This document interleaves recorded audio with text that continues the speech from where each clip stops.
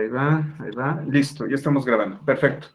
Muy bien, bueno, el día de hoy vamos a ver 3 capítulos.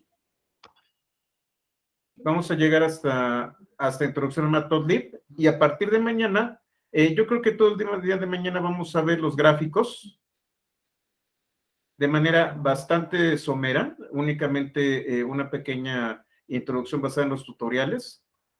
Vamos a ver si llegamos a Seaborn, si no lo vamos a ver el viernes, y Dask también lo vamos a ver el viernes.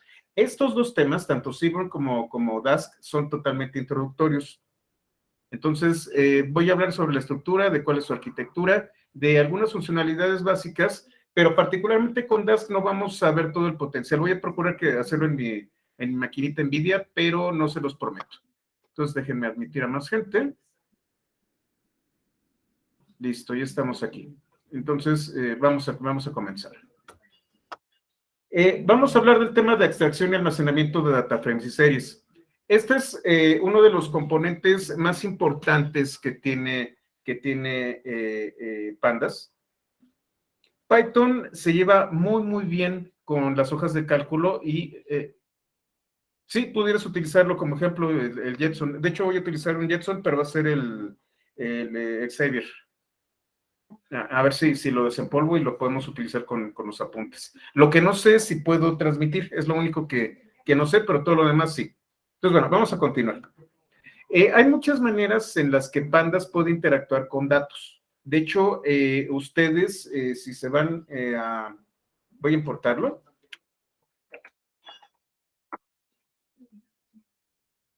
Si ustedes teclean pd. No, ¿qué es? Read. Pd. Por ejemplo, tú. Y entonces, yo voy a tener una función de Pandas. Tú es Asia de time, numérico, pickle, time delta. Tengo varios elementos así. Vamos a ver hacia dónde yo puedo exportar Pandas, hacia dónde yo puedo las estructuras de Pandas convertirlas en algo particular.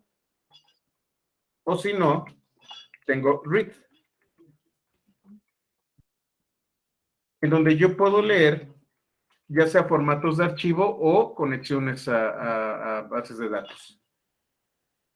Entonces, vamos a verlo. Bueno, para empezar, como les comentaba, si usted le preguntan a cualquier científico de datos qué formato de datos van a utilizar, les va a decir que son dos.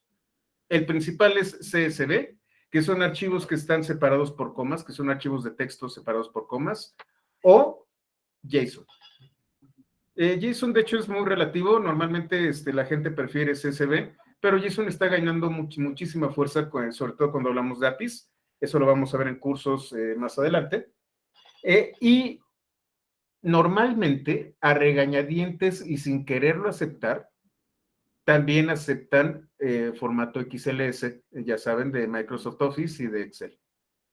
Una de las grandes fortalezas que tiene Python es que puede manejar de manera bastante eficiente los documentos de Excel. En este caso, Pandas utiliza un paquete llamado XLRD. RD es Excel Read. Eso significa. Este es el componente que utiliza Pandas para poder leer este tipo de archivos, únicamente como lectura. Si ustedes se van a PY 121, el capítulo 8 es gestión de archivos XLS. Hay muchas opciones. Sin embargo, si ustedes realmente quieren trabajar con archivos XLS de manera interactiva, es más, si ustedes quieren crear una hoja de cálculo, como si ustedes la tuvieran en Excel, pero en memoria y a través de Python, lo pueden hacer con este proyecto, OpenPyXL.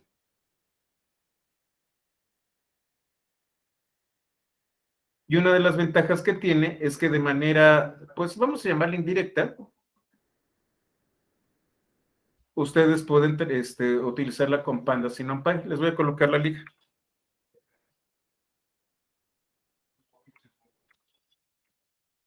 Si ustedes van a trabajar directamente con Excel y utilizar toda esta metáfora de la hoja de cálculo, más que Pandas, yo les recomiendo que se echen un clavadito en OpenPyExcel.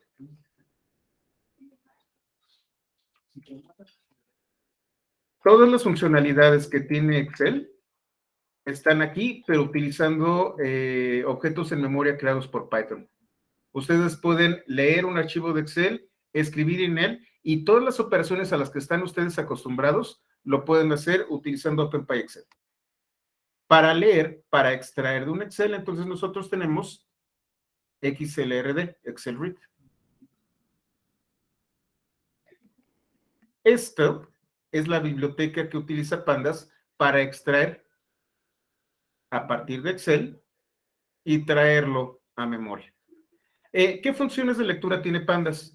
Algunas ni siquiera yo las conozco, les soy franco. Yo puedo leer del clipboard, de la memoria. Si nosotros hicimos un copy, podemos utilizar esto para traerlo de la memoria. Obviamente, puede leer de CSV, puede leer de Excel, puede leer del formato Feather.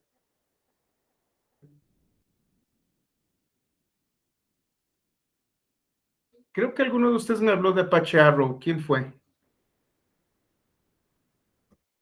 Bueno, este es un proyecto bastante interesante en donde ustedes pueden hacer gestión de flujos de datos.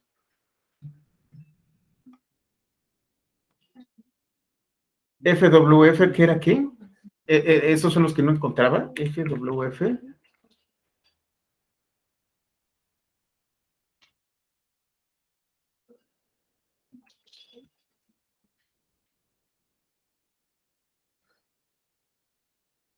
Ah, ya.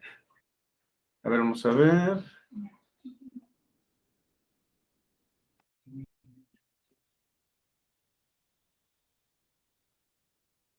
XWeb.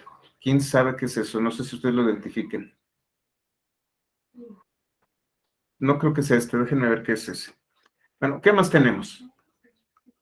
Si ustedes se pueden conectar a Google BigQuery, que lo vamos a estar trabajando constantemente, las personas que estemos en data. HDF5, no hay que confundirlo con HDFS. HDF5 es un formato también utilizado para Big Data, nada más que primordialmente para programas científicos. De hecho, hay muy poca bibliografía de HDF5, déjenme ver.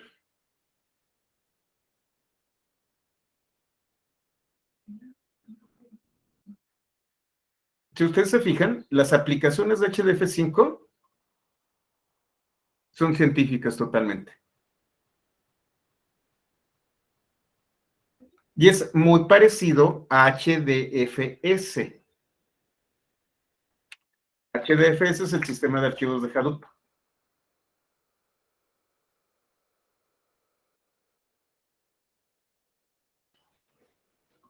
Entonces no confundan. HDF5, que es para grandes volúmenes de datos, pero en un formato cierto, en un formato distinto a HDFS. Hadoop Distributed File System.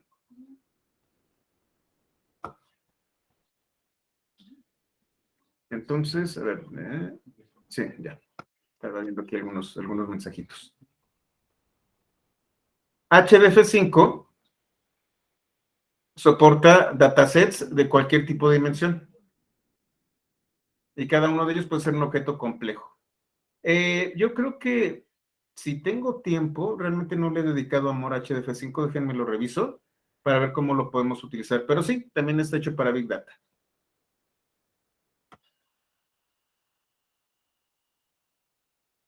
¿Qué otros formatos tenemos?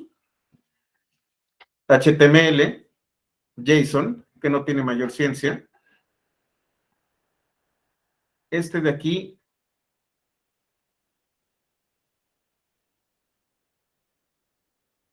tenemos esta biblioteca, MSGPack,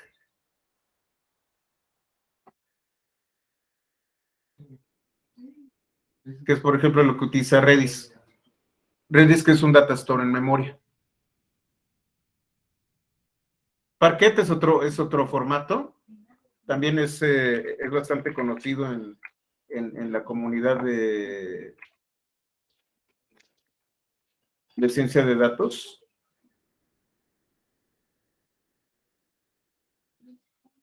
Es más, me voy a traer la liga. Si ustedes se fijan, Parquet guarda datos de forma columnar.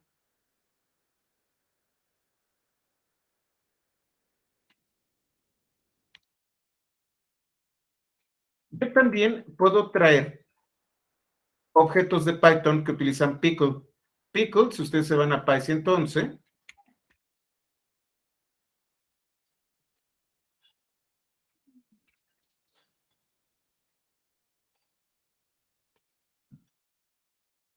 los van a ver aquí en persistencia de objetos.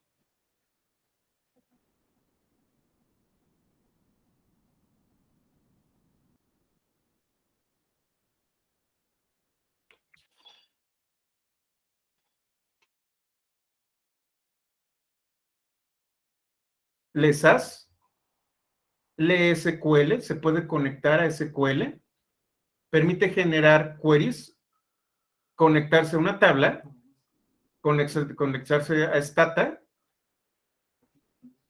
y puede leer una tabla, pero ahorita creo que es una tabla de HTML, no estoy seguro. Déjenme lo reviso.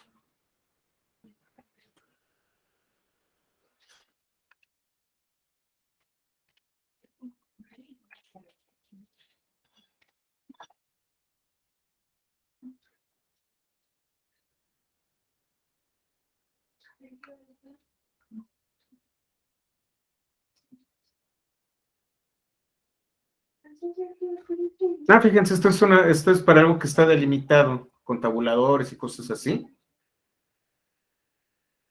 utilizando documentos de texto.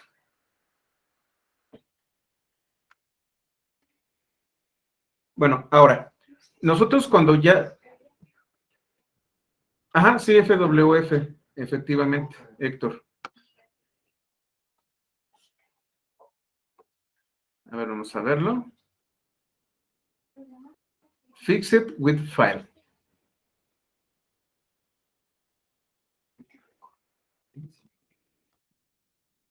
Este sí no lo conozco, le soy totalmente franco, no lo he utilizado jamás. Déjenme lo reviso, déjenme hago un experimento con este FWF, a ver de qué se trata.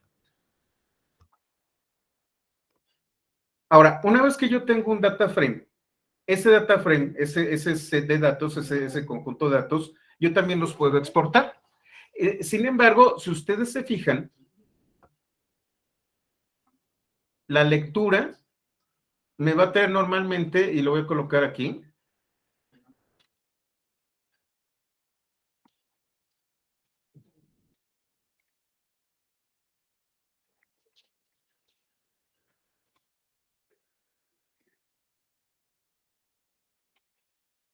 si no es que en todos, en la mayor parte de los casos,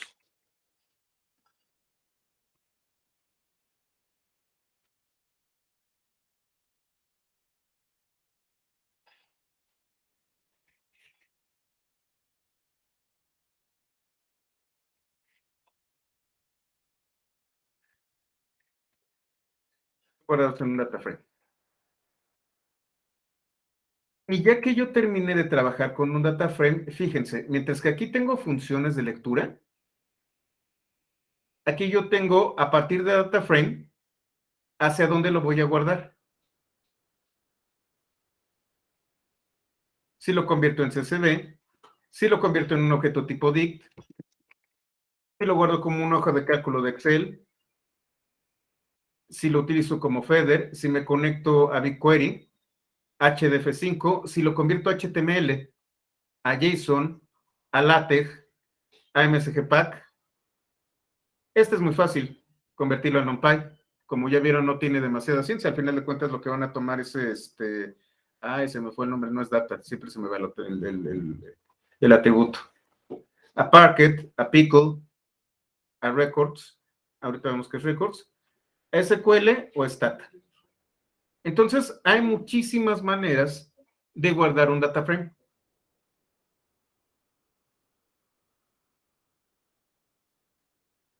Vamos a hacer un ejemplo. Aquí lo que vamos a trabajar son multiíndices y vamos a trabajar también con la extracción de un data frame.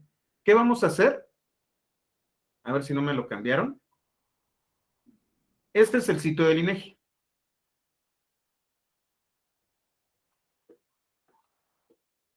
Esta liga me trae una hoja de cálculo con los datos históricos del sistema de cuentos nacionales.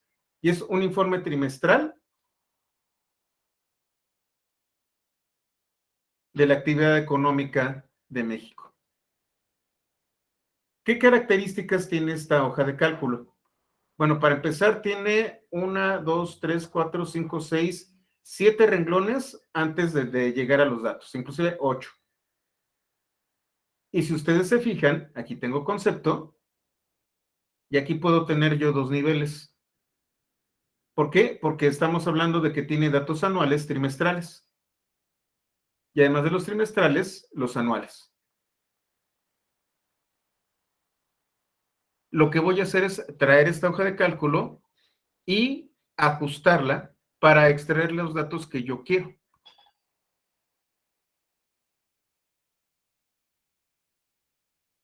Tengo URL-lib, que va a ser una petición. Si ustedes no conocen URL-lib,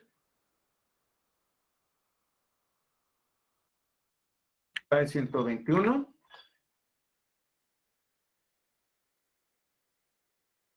capítulo 10.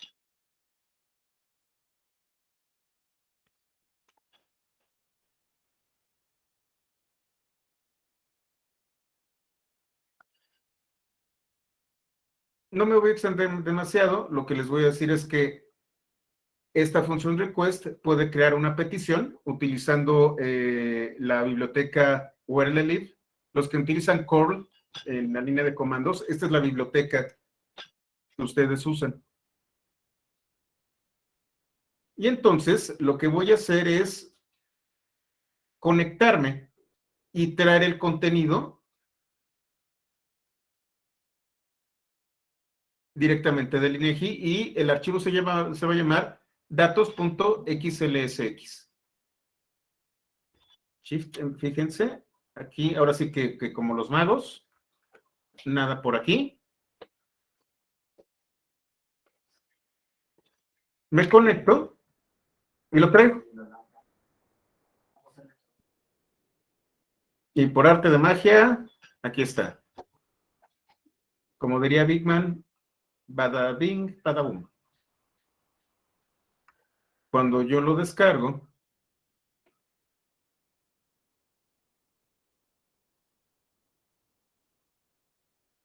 tengo esta información.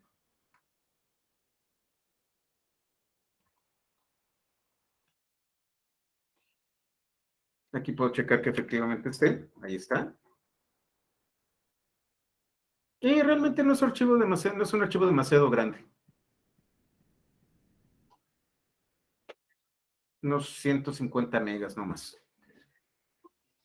Lo que voy a hacer es guardar, extraer la información de Excel.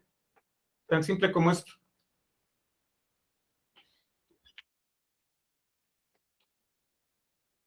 Lo voy a llamar original porque voy a estar manipulando el contenido de este data frame. Esto es lo que extraje. Fíjense cómo es la estructura.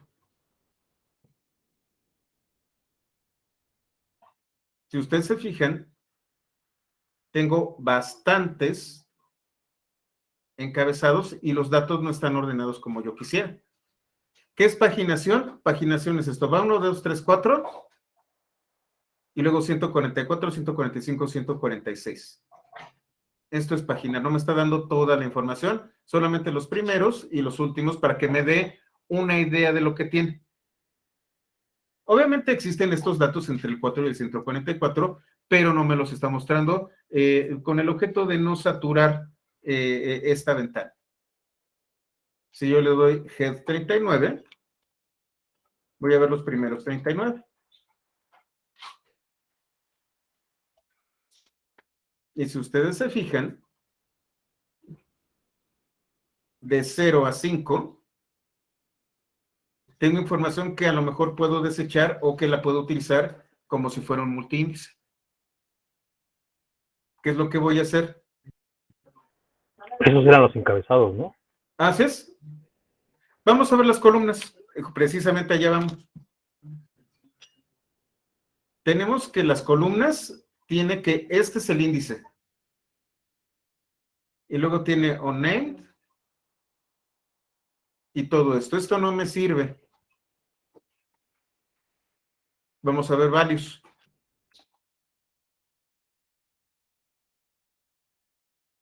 Values es el contenido del data frame.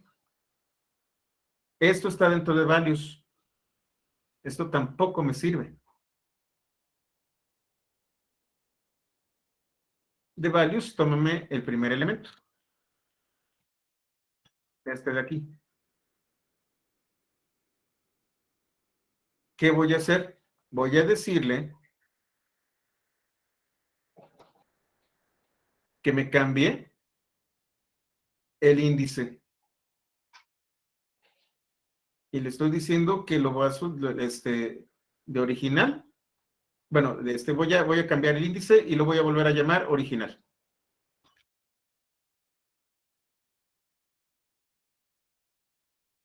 Ahora ya decidí cuál va a ser mi índice que tengo aquí.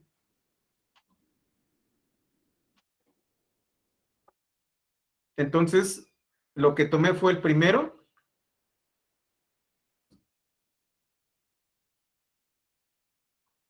La primera columna y la convertí en índice. Y entonces ya puedo ver que tengo de Estados Unidos mexicanos, Aguascalientes, Baja California Sur. Estos son los estados de México.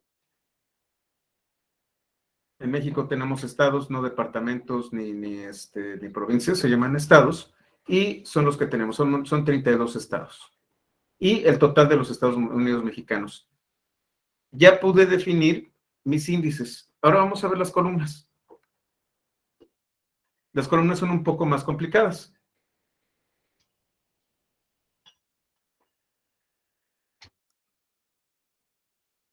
Al índice de original le voy a llamar entidades.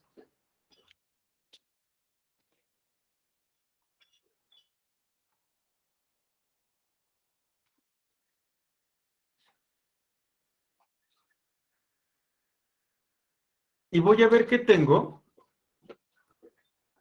del séptimo al lugar número 40, a los renglones.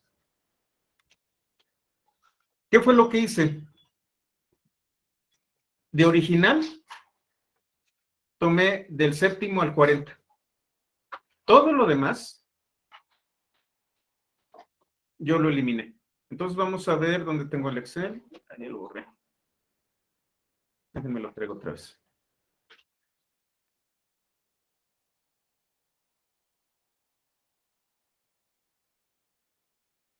De un plumazo es 0, 1, 2, 3, 4, 5, 6. Borré todo esto.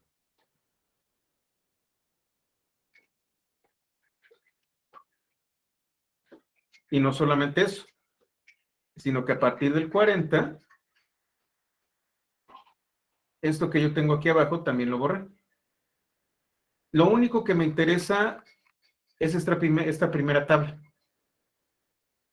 Estoy haciendo un rebanado.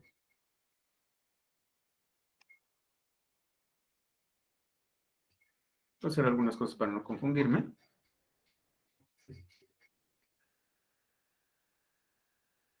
Estoy haciendo un rebanado y entonces tengo desde Estados Unidos mexicanos y los 32 estados. Ya empieza a tomar forma esto. ¿Qué es lo que yo quiero hacer?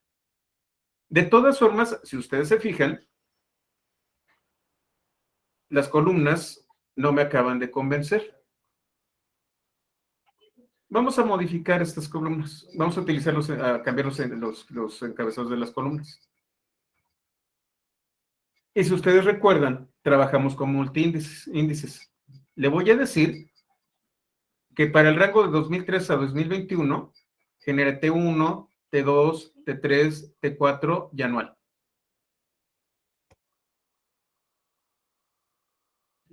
El primer índice va a ser año y el segundo va a ser periodo.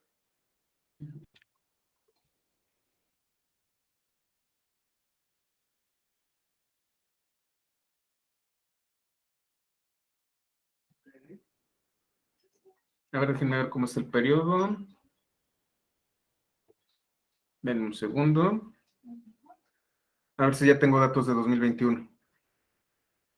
Según yo ya debería de tenerlos. Ya hay. Ya hay. Entonces vamos a colocarle 2022.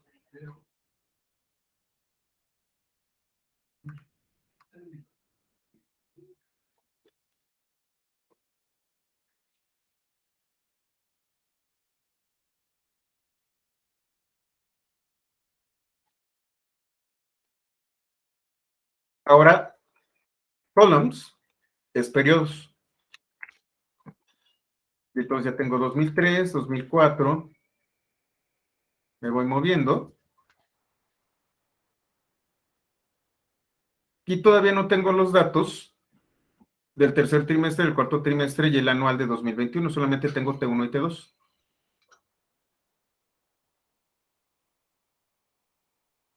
Una vez que yo tengo esto, ahora sí, tráeme los datos de 2005.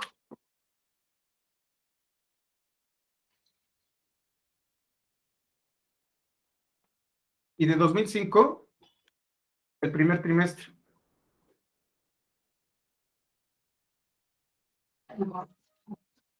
Y a partir del segundo elemento, tráeme los demás. ¿Por qué? Porque este es el total.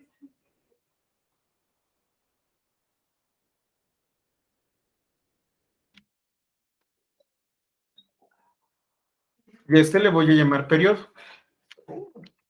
¿Y cuál es la media de producción? 81.91.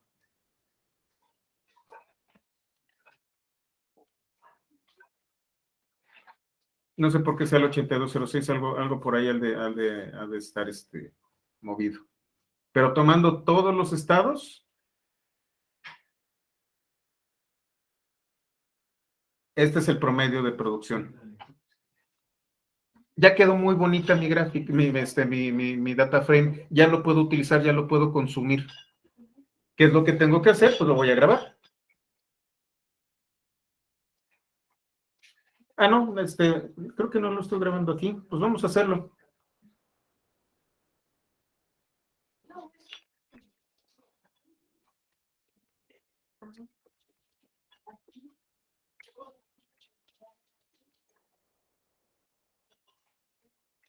Excel.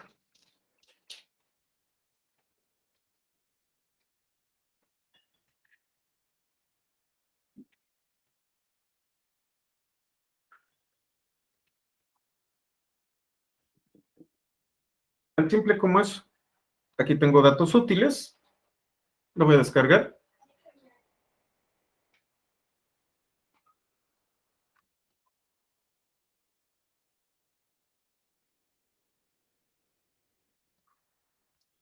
Y aquí tengo mis datos.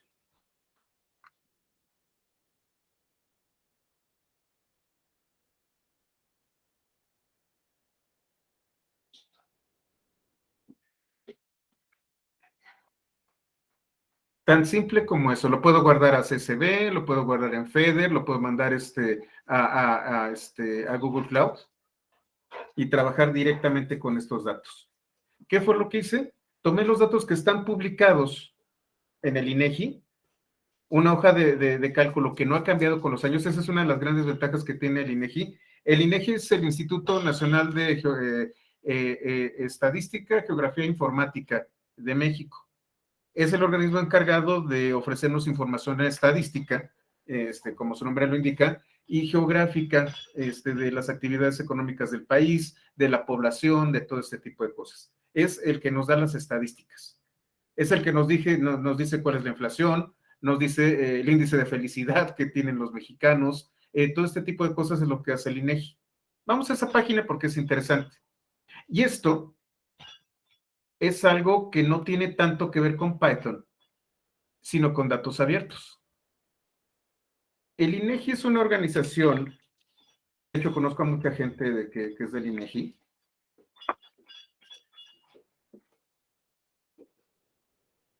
que me permite conocer información oportuna. De hecho, por ahí tengo, para que no me cuenten, pero está en R, creo que se los había enseñado. Tengo un sistema que me permite entrar aquí en lo del COVID.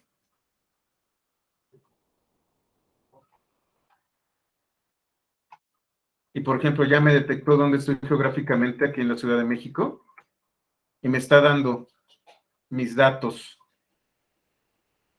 respecto a los índices de infección. Iztapalapa, como ven, está horrible. Yo estoy aquí, en esta. Como tengo prendido el localizador dentro de mi navegador, ya me detectó dónde estoy y me está dando los datos de mi región.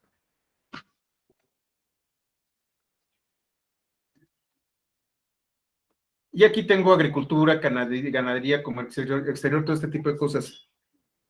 El elemento primordial que utiliza el INEGI para compartir su información no son CSVs, sino que son Exceles. Y entonces, bueno, también puedo, fíjense, ¿qué es lo más buscado? Aquí puedo encontrar mapas, puedo encontrar información GIS, puedo hacer muchísimas cosas, conseguir series de datos sobre México.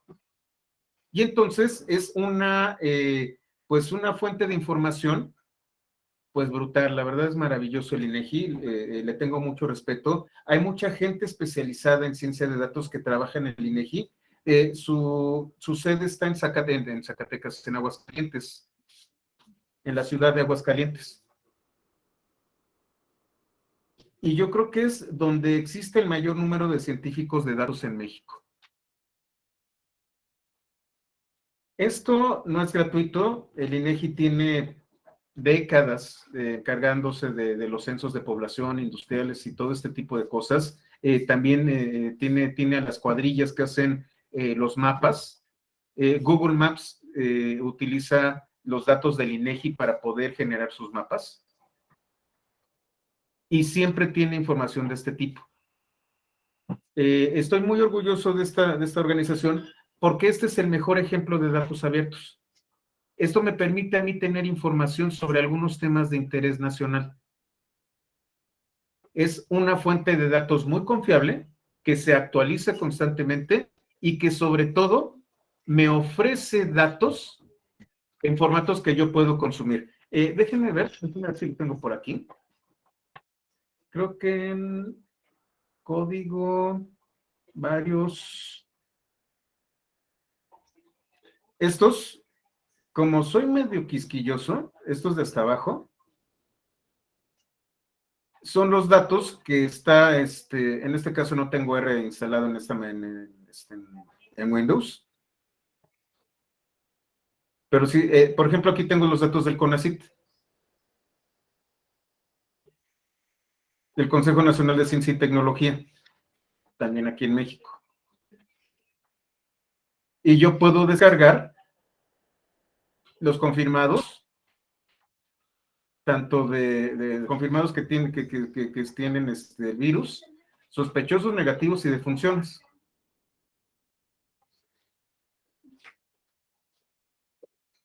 Y aquí yo puedo descargar otra vez en formato de Excel. ¿Cuál es el problema? El problema es que si ustedes se fijan, tengo una URL y tengo un script en JavaScript, que es la única manera en la que yo puedo acceder. No tengo una URL para descarga directa.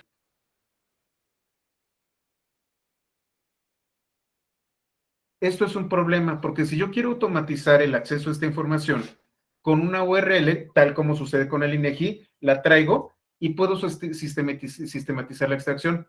La única manera en la que yo podría extraer la información de manera automática es utilizando herramientas como puede ser Request o como puede ser, por ejemplo, Selenium, porque Selenium sí puede reconocer algunas funcionalidades de JavaScript. Y entonces estoy haciendo web scraping. Pero ¿qué necesidad tengo yo de hacer web scraping si me pueden dar la información como... Sí, es lo que estás diciendo tú, Roger. Es curioso ver colecciones observables con gestión de eventos. Esto no es correcto. Esta es una cultura sobre la gobernanza de los datos. Por ahí debo de tener creo que alguna vez di una conferencia sobre gobernanza de datos y ciclo de vida de los datos, a ver si luego les paso si la tengo, la publico y les paso los datos de ella. Porque al final de cuentas de eso se trata. ¿Para qué tenemos todas estas herramientas si los encargados de darnos información no están haciendo de su parte para facilitarnos a nosotros estos sets de datos? Por ejemplo, eh,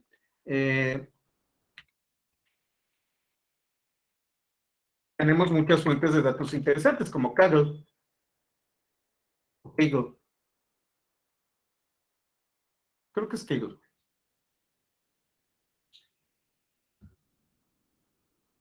Y entonces aquí yo tengo, esta es una especializada en datasets, se encarga de curar datasets.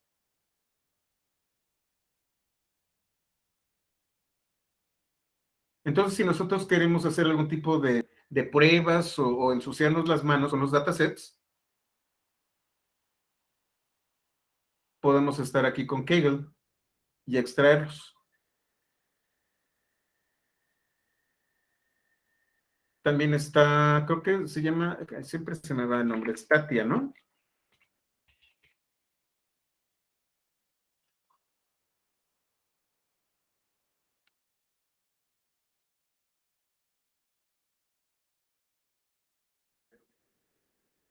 No, se me fue. Hay un sitio que también da estadísticas, pero en forma de gráficos. No me acuerdo cómo se llama. Empieza con stat, pero no me acuerdo del otro. No sé si alguno de ustedes se acuerde de ese. Ah, Estatista, aquí está.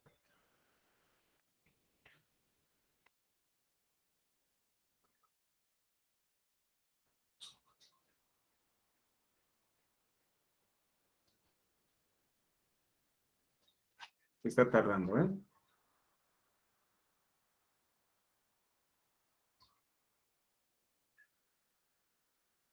Y bueno, tienen obviamente una cuenta en donde se les cobra,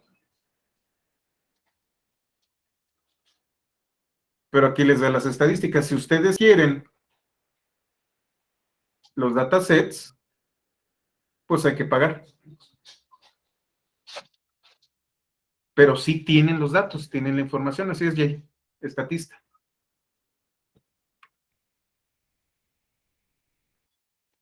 Por ejemplo,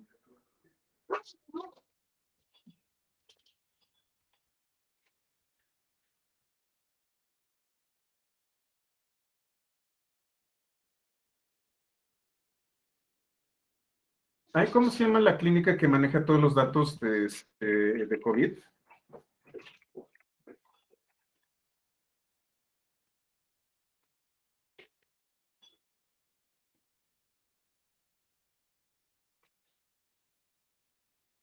Bueno, tenemos a la Organización Mundial de la Salud, tenemos el Banco Mundial y, por ejemplo, no lo conozco, el World Data.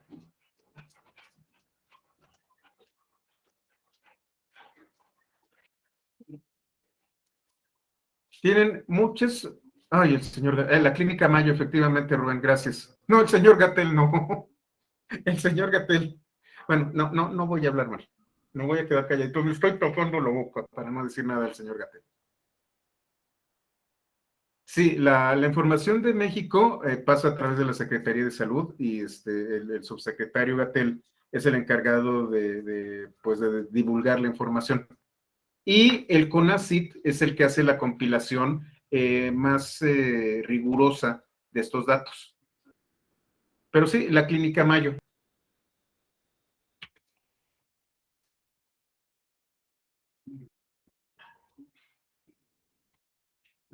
Si ustedes quieren datos pertinentes del COVID, aquí lo tienen.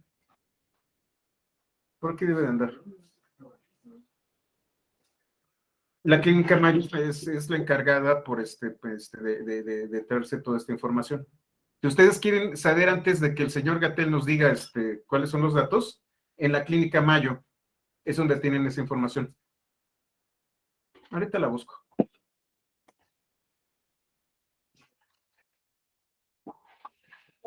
Entonces, como pueden ver, si yo tengo un dataset en una base de datos, si yo tengo un dataset que está en Google Cloud, o utilizo SAS y Stata, también los puedo traer. Si tengo CSVs también. Y con todas las operaciones que ya vimos anteriormente, yo puedo tener múltiples fuentes y empezar a cuadrar y cruzar. La gran ventaja que tiene Pandas es eso. Y como ustedes vieron, a partir de un Excel crudo, bueno, no. Que bueno, también tuve que limpiar el Excel de allá. Ustedes hacen ciertas operaciones que ya conocemos, sobre todo con los índices y con ¿cómo se llama? Con las, con el rebanado, para obtener la información que yo quiero. Y ya que está lista, simple y sencillamente la guardo.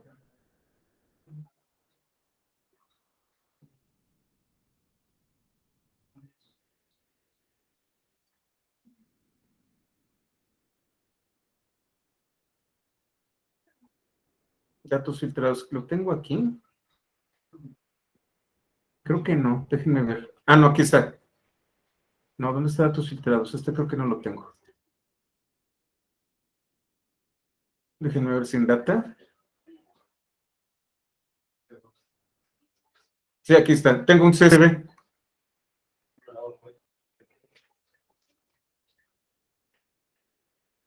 En donde yo hice un filtrado de datos previo.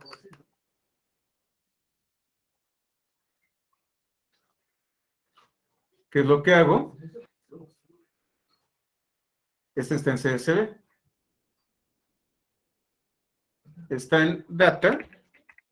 En este caso, como estoy utilizando Windows, utilizo doble diagonal invertida y datos filtrados.csv.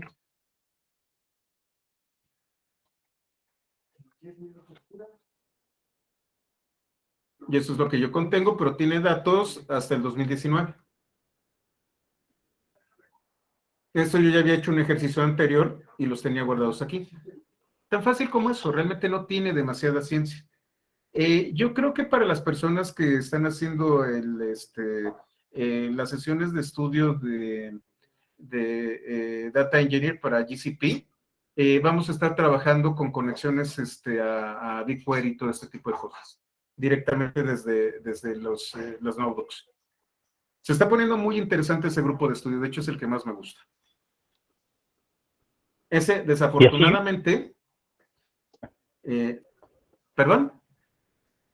No, decía, perdón, así Digo, como lo se está estamos poniendo muy leyendo, los interesante. SBs. Ajá. Ah, ok, sí. Sí. Perdón, digo, así como se leyeron los SBs o el Excel, allá también se leen en el cloud, en GCP. Sí, Así si de tienes las rápido y fácil. credenciales, tú sabes que necesitas permisos. Pero sí, así de fácil. De hecho, vamos a trabajar con Cloud SQL, vamos a utilizar también posiblemente Spanner y toda la variedad de herramientas de Google Cloud. Vamos a estar trabajando con ellos en el grupo de estudio. Recuerden, el grupo de estudio va a llegar hasta febrero. Entonces vamos a estar trabajando constantemente con eso y voy a estar dando estos cursos para orientar este grupo de estudio. Yo estoy dando por sentado que pues es la realidad de que no conocemos todo esto. ¿Hasta aquí todo bien? Lo que yo les comento siempre que acabo aquí es, no se queden únicamente con estas notebooks. Ya vieron que hay muchísimas fuentes de datos. Ya vimos cómo modificar, cómo convertir, cómo transformar, cómo realizar análisis básicos. Ya no nos queda mucho por hacer más que echar a andar nuestra imaginación, agarrar un dataset y trabajarlo. La única manera de hacernos expertos en esto no es tomando un cursito conmigo. De hecho, me chocaría que ustedes sientan que ahorita ya son profesionales en gestión de datos. Esto es apenas el principio. Se necesita práctica, se necesita conocer las fuentes, se necesita pelearse con los datos. Esto es tan solo la punta del iceberg de todo lo que tenemos que hacer para volvernos unos verdaderos analistas de datos, ni siquiera científicos. Procuro utilizar muy poco el tema de ciencia de datos, no estoy tan convencido, aun cuando ya hay licenciaturas y maestrías, todavía me tomo con un poco de reservas ese término. De hecho, creo que por ahí les dije, yo no soy científico de datos, soy masajista de datos, ya que en la mayoría de los casos es un título autoimpuesto, pues yo soy masajista. Me gusta apapachar y apachurrar los datos. Y como me gusta, esto se vuelve casi adictivo. Ya no me creo, precisamente, Rodrigo, ya no me creo lo que dice el señor Gatell. Voy directamente al CONACYT, descargo las series y entonces yo hago mis propias gráficas. Y ahora sí, con esta información puedo ver qué es lo que está sucediendo. De hecho, si ustedes recuerdan, y esa es otra de las cosas que hay que tener mucho cuidado, el INEGI saca, creo que trimestralmente, el reporte, y normalmente hay una variación muy fuerte entre lo que nos está diciendo el subsecretario y lo que el INEGI está contando, ya con información menos actualizada. Y entonces ahí se empiezan a dar cuenta de algunas cosas un poquito feas. Por ejemplo, hay otras personas que se pusieron a calcular el excedente de muertes a partir de que inició la pandemia y se dan cuenta de que la diferencia entre las muertes que uno esperaba por accidentes, por enfermedades que no eran COVID, por cosas así, se disparaba en 300,000 personas. Hay 300,000 personas que se murieron, que no están dentro de la estadística de COVID, pero tampoco están dentro de los parámetros normales de mortalidad que tenemos en México. No voy a hablar mucho de eso, Dorian. Pero sí, al final de cuentas pues ustedes pueden sacar sus propias conclusiones. Al final de cuentas, ustedes escogen las fuentes de información, escogen si creerle una infografía presentada por un funcionario, o le creen a los datos del CONACYT, o le creen a los datos del INEGI. ¿Qué institución, qué organización tiene más prestigio, tiene mayores personas especializadas y, sobre todo, calidad probada de su información? Eso es lo que nosotros tenemos que decidir y que Pandas no nos da. Al final de cuentas, Pandas es una herramienta. Créanme, lo más sencillo es aprender las herramientas. Entonces, bueno, vamos a terminar con este capítulo y vamos al siguiente. ¿Hasta aquí todo claro? ¿Estamos bien?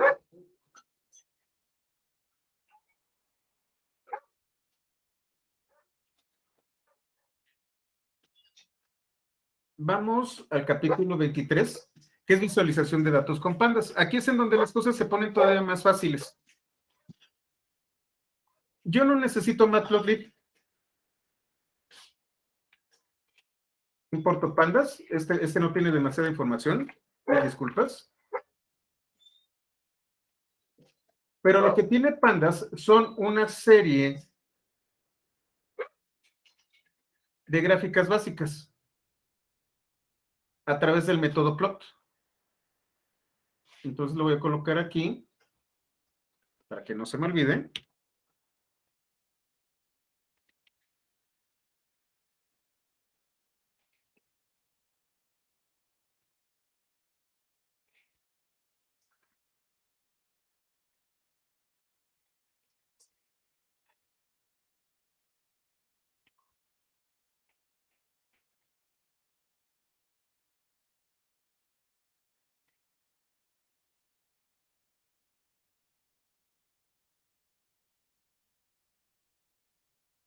Y no es un método, es el atributo.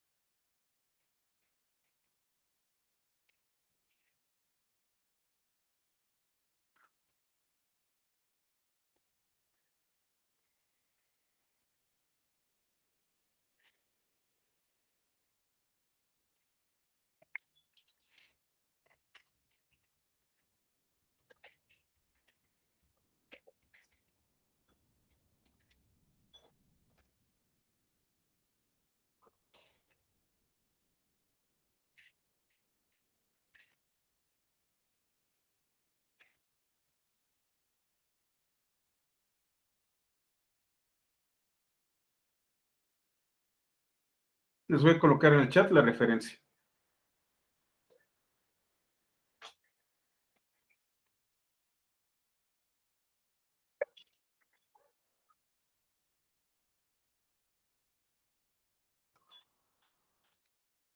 Entonces vamos a hacer un ejemplo. Me traigo pandas, me traigo datos filtrados,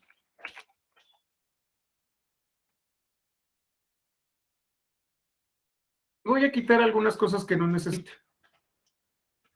Si ustedes se fijan, como es un CSV, pero periodo y entidad son renglones. No los necesito, honestamente. Vamos a quitarlos.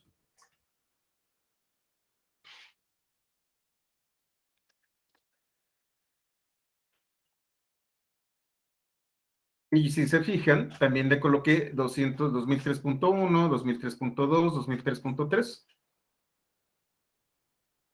Como ven, ya modifiqué bastante el original del INEGI. Lo hice a la medida de mi necesidad.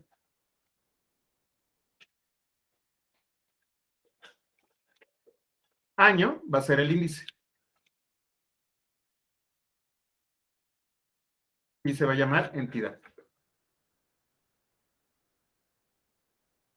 Entonces ya tengo aquí entidad y aquí tengo año.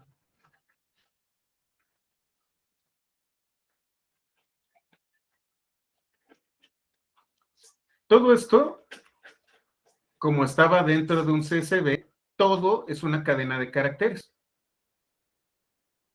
Lo tengo que convertir en float.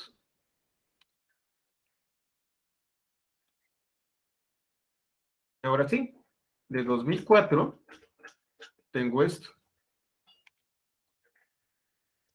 Le voy a llamar histórico 2004. Y entonces, ya que tengo esto, puedo utilizar plot.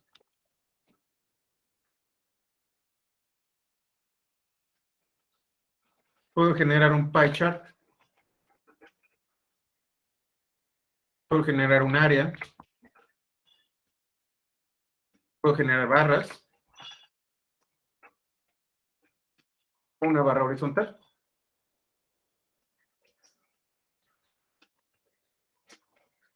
Lo que estoy haciendo es implementar algunas funcionalidades de Matplotlib dentro de Pandas.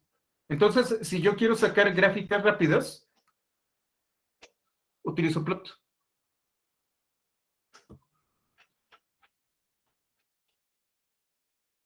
No necesito hacer otra cosa.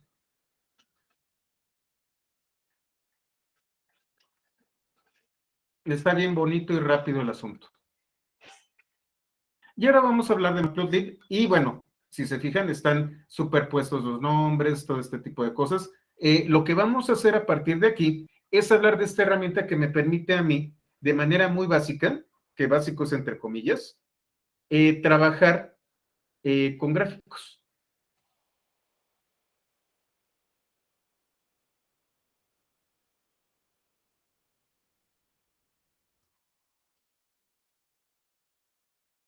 Y entonces, todo este curso y lo demás, tanto Seaborn como Dask, son un plus. De hecho, si me da tiempo hablaremos de Dash, pero no lo creo que me dé tiempo. Déjenme ver si se puede. ¿Qué es Matplotlib? Matplotlib es una biblioteca especializada en visualización de datos. Y es la base de herramientas más avanzadas como Seaborn y Dash. Seaborn, que sí lo vamos a ver, me permite generar grafiquitas más bonitas. Inclusive, estoy dentro de un grupo de Facebook, que es de ciencia de datos.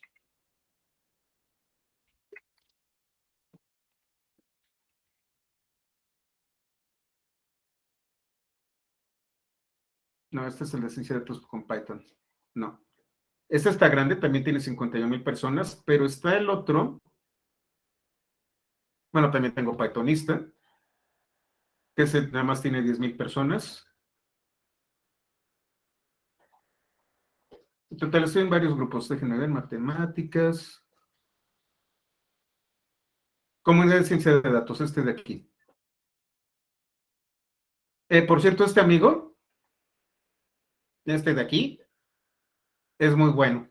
Si terminamos rápido, métanse a la conferencia virtual de Jesús Ramos. Se los recomiendo. El decodor también es muy bueno, Dorian. Con Jesús tengo a veces algunos choques, sobre todo porque él es muy académico y le da mucho por denostar de vez en cuando a la gente. No me agrada, pero a veces tiene razón. A veces cualquier persona que medio usa pandas se cree científico de datos y en realidad es de las pocas personas a la que le creo que que sí es científico de datos sin tener un papel. Se los recomiendo, a ver si terminamos rápido. Ah, fue hace una hora. Bueno, ahí se las encargo. Bueno, hace unos días yo publiqué, bueno, aquí ya hay demasiados, sobre el fallecimiento de un señor llamado Leland Wilkinson. Este señor falleció el 10 de diciembre y fue el creador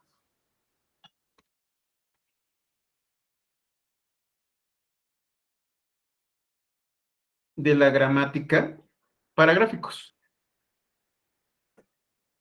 que por cierto cuesta como 2,000 pesos este libro. Este sí, no lo tengo. Esta gramática fue retomada por varios desarrolladores de R y de Python, y uno de las aplicaciones de esta gramática se llama ggplot.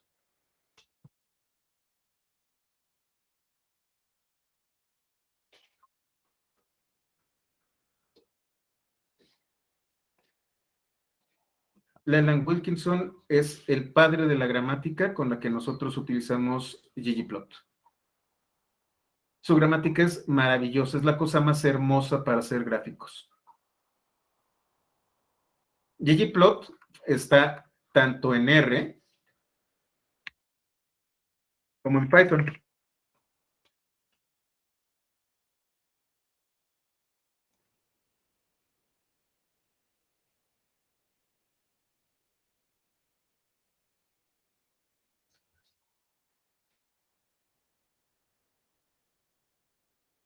De hecho, se llama Plot9.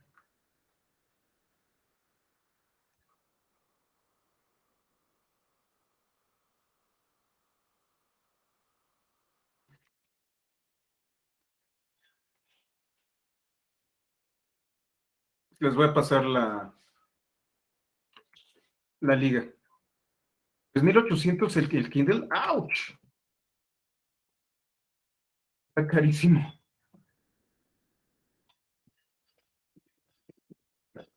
¿Cómo es la gramática?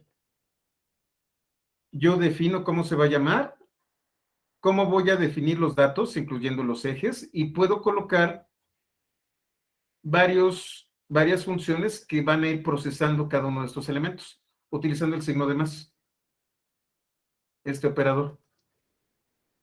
Y conforme voy colocándole estas funciones, obviamente con los argumentos adecuados, las gráficas van cambiando.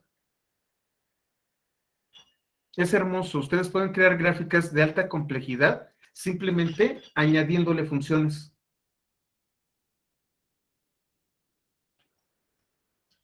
Y les facilita muchísimo cómo trabajar con esto. Y bueno, pues este no es un curso de ggplot, pero ¿dónde está? Por aquí lo tenía.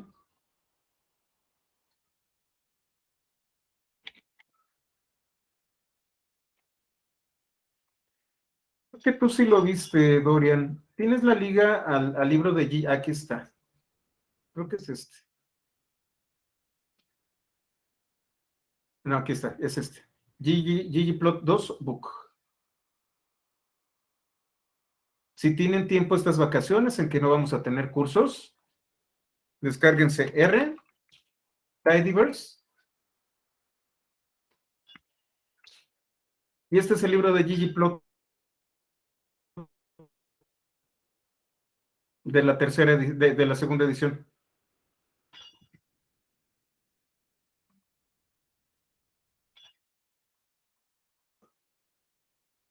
Se los recomiendo muchísimo. Creo que ya está la tercera, déjenme ver.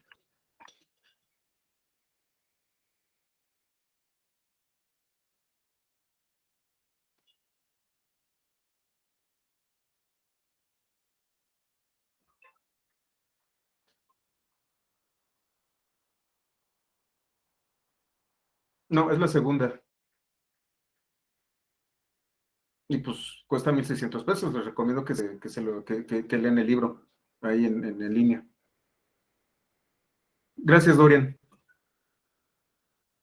Otra de las grandes cosas que la comunidad de gente de datos hace es esto, es maravilloso. De hecho, lo que yo hago no es nada comparado con lo que hace esta gente. ¿Cómo quisiera yo hacer cosas tan hermosas como este libro? Entonces, échenle un ojo.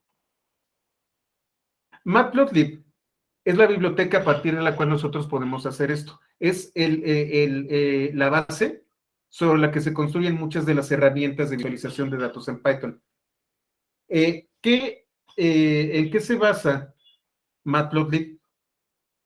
Y bueno, se va a importar como MPL. Cada vez que se encuentren con MPL, estamos haciendo referencia a Matplotlib. Ya viene instalado desde Anaconda, no necesitan instalarlo, pero por si acaso, me va a decir que ya está instalado. Y el componente primordial es pyplot. Pyplot también se importa como PLT. La sintaxis que utiliza PLT es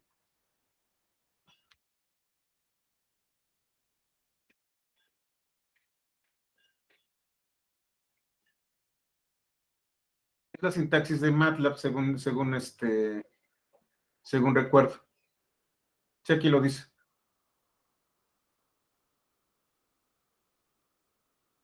Matplotlib no es otra cosa más que una copia de la sintaxis de MATLAB para crear gráficos. Es una gramática distinta. De hecho, se comporta de manera totalmente, como ya ven, SciPy se comporta de manera muy distinta al Python tradicional. Por eso no es tan obligatorio que sepan Python, porque es un universo totalmente distinto que utiliza otro tipo de notaciones y otro tipo de herramientas. Matplotlib utiliza MATLAB. Si ustedes tienen un libro de MATLAB de cómo hacer gráficos, aplica prácticamente al 100% con Matplotlib. MATLAB, digo, honor a quien honor merece.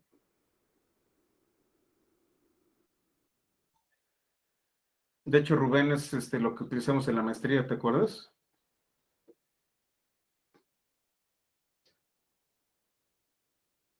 Creo que anda en los $1,500 el licenciamiento. Es una herramienta muy fina, es maravilloso, pero pues no es gratuito.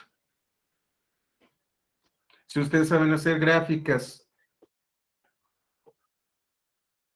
no, creo que no. Ahorita este es un video. Utilizando MATLAB, ya la saben hacer en Matplotlib.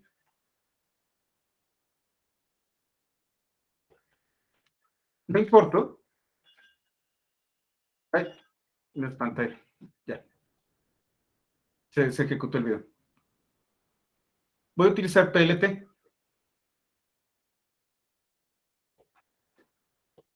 PLT, de hecho, es un método. Tiene el método plot. Yo voy a definir X1 y X2. Perdón, X1 y Y1, X2 y Y2, XN, YN. De entrada, Matplotlib maneja gráficas de 2 dimensiones en el eje X y Y. Y entonces yo puedo colocar pares de arreglos en donde tengo X y Y. con show yo voy a mostrar la gráfica. Si estamos utilizando Jupyter, no es necesario utilizarlo. Si nosotros lo estamos usando directamente desde el intérprete, entonces sí vamos a utilizar Plot Show. Vamos a ver algunos ejemplos. Terminamos con este capítulo el 24 y mañana vamos a ver los elementos primordiales de Matplotlib. Tengo NumPy.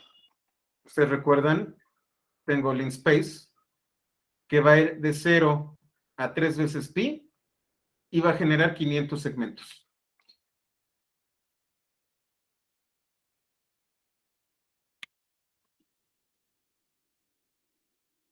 Ahí está. Y lo que voy a hacer es utilizar X para el eje de las X y calcular el seno para todas las X cuadradas de X. Luego el coseno cuadrado y lo voy a mostrar.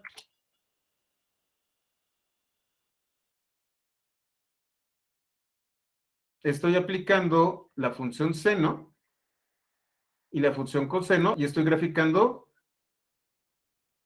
en el mismo espacio.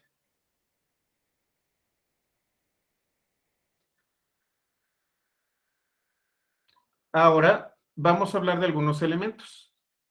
Yo puedo tener un título para la gráfica, puedo tener una etiqueta para el eje de las X y una etiqueta para el eje de las Y. Puedo cambiar los colores y el tipo de línea.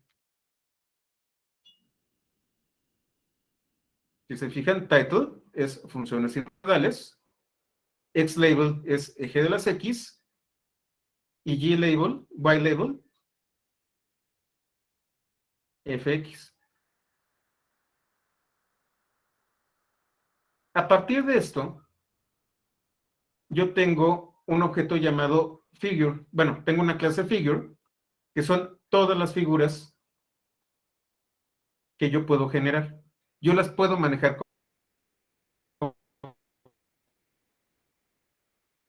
Ay, me faltó aquí, algo pasó aquí. Déjenme eliminar esto, creo que está en el siguiente capítulo. Esto es lo que hace Matplotlib.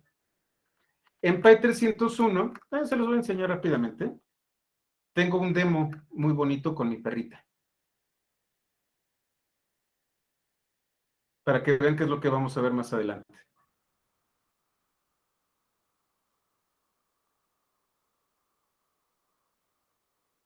No solamente maneja gráficas.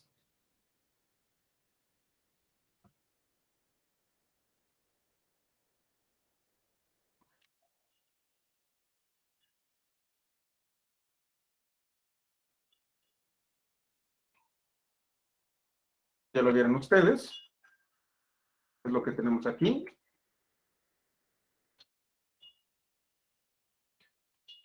Aquí nada más es únicamente el seno. Aquí tenemos varias funciones. Aquí modifico las funciones. Pero además, yo tengo un paquete llamado MPL Toolkits. Este no lo vamos a ver aquí. Creo que no vamos a ver 3D. Pero aquí hay un ejemplo de una gráfica en 3D. Y no solo eso, sino que Matplotlib me permite procesar imágenes utilizando Scikit-Image. Estos creo que no los he instalado, entonces, creo que ya. Sí. Entonces yo tengo una imagen que está en imágenes y esta imagen se llama perrita. Como estoy en Windows, es doble diagonal invertida. Me creo un arreglo a partir de la imagen. Este es el arreglo. Obviamente me está haciendo paginación. Me dice cuál es su tamaño, cuántos píxeles tiene en total, su forma, y donde yo utilizo los colores que voy a utilizar.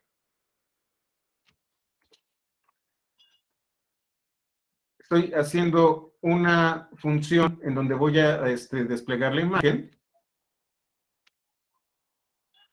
Y esta es mi perrita. Es una de las latosas que ustedes ven aquí, es una de mis copilotas. Que la adoramos. Y yo puedo utilizar cierto tipo de funciones matemáticas sobre de la imagen.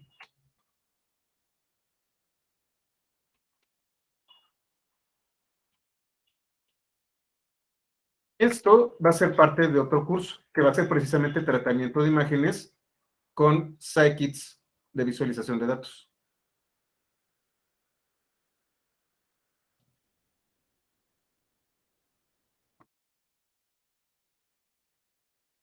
¿Qué pusiste ahí, Roger? A ver, déjame ver. ¿Sí está disponible el de Grammar? Ah, bueno, pues excelente. Qué maravilla. Entonces, esto es lo que ustedes pueden hacer rápidamente con Matplotlib. Unas cuantas líneas, y si saben lo que hacen, pueden hacer cosas muy interesantes. De hecho, lo que estoy haciendo es procesar la información para identificación con inteligencia artificial. Esta es la perrita que vemos nosotros, pero yo puedo entrenar, obviamente con varias imágenes de mi perrita, a un sistema que identifique los patrones dentro de una imagen simplificada y detecta que es una perrita. Esta se llama Scikit Image.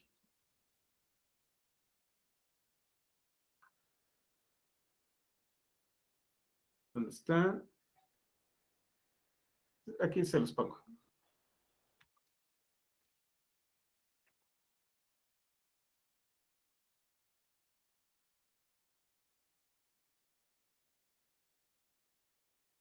Y todo el kit de manipulación de imágenes que tiene SciPy.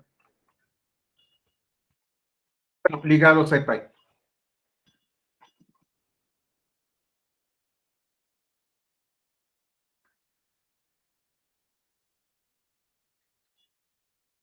Esto ya viene más adelante. Yo creo que es lo que vamos a estar trabajando por ahí de marzo. Ya voy a entrar de lleno al tema de datos. Entonces, todo esto que ya traemos desde hace algún tiempo, ya lo vamos a trabajar el próximo año. ¿Ok?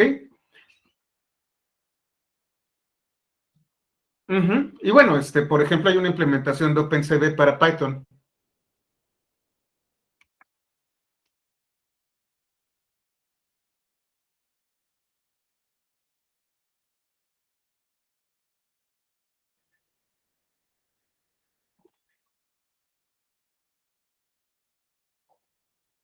Para los que no conocen OpenCV,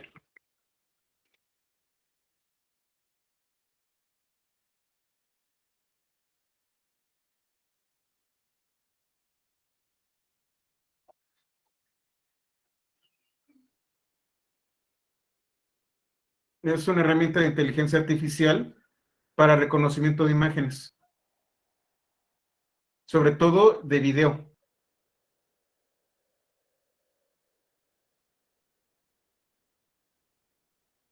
OpenCV está escrito en C.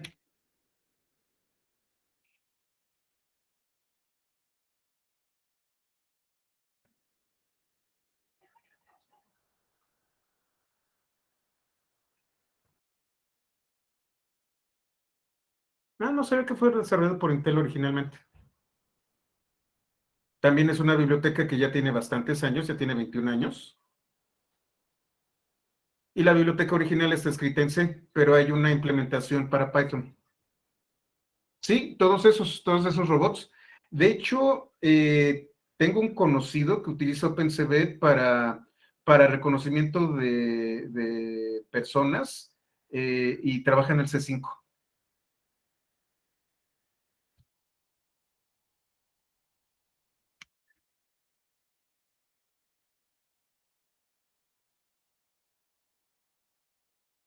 El C5 es el Centro de Control, Cómputo y Comunicaciones de la Ciudad de México.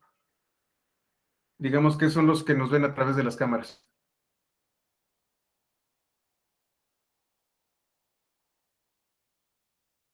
De hecho, a lo mejor ustedes no lo saben, pero la Ciudad de México tiene una cantidad brutal de cámaras y y prácticamente cualquier cámara puede identificar su patrón de biométricos.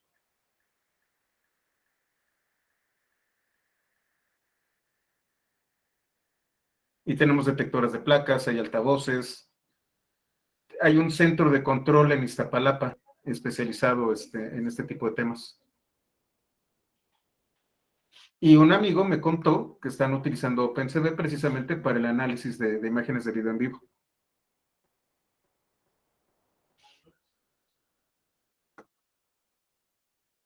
Así que pues no estamos hablando de juguetes únicamente para pasar el tiempo. Hay una gran cantidad de aplicaciones y hay una gran cantidad de negocios utilizando estas herramientas.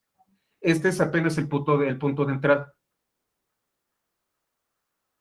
Vamos a ver si me da el tiempo y vida y vamos a tratar de ver todos los posibles que podamos abarcar. Entonces, para los recién llegados, bienvenidos. Esto apenas comenzó. Para los que han estado conmigo durante estos años, muchas gracias por la paciencia. He sido mucho más lento de lo que yo esperaba, pero pues ahí vamos. Y bueno, con esto terminamos, nos vamos temprano el día de hoy. Mañana vamos a hablar sobre todo de visualización de datos básica. Vamos a llegar única y exclusivamente a gráficas estadísticas. Y a partir de ello, ya hablamos también un poco de Dask y vemos si voy a ver si puedo hacer una demostración utilizando una máquina especializada en cálculos de tensores y vectores. Entonces, bueno, es todo por hoy. Ya prácticamente estamos terminando y nos vemos el día de mañana. Bien, muchas gracias. Muchas gracias. Gracias, hasta luego.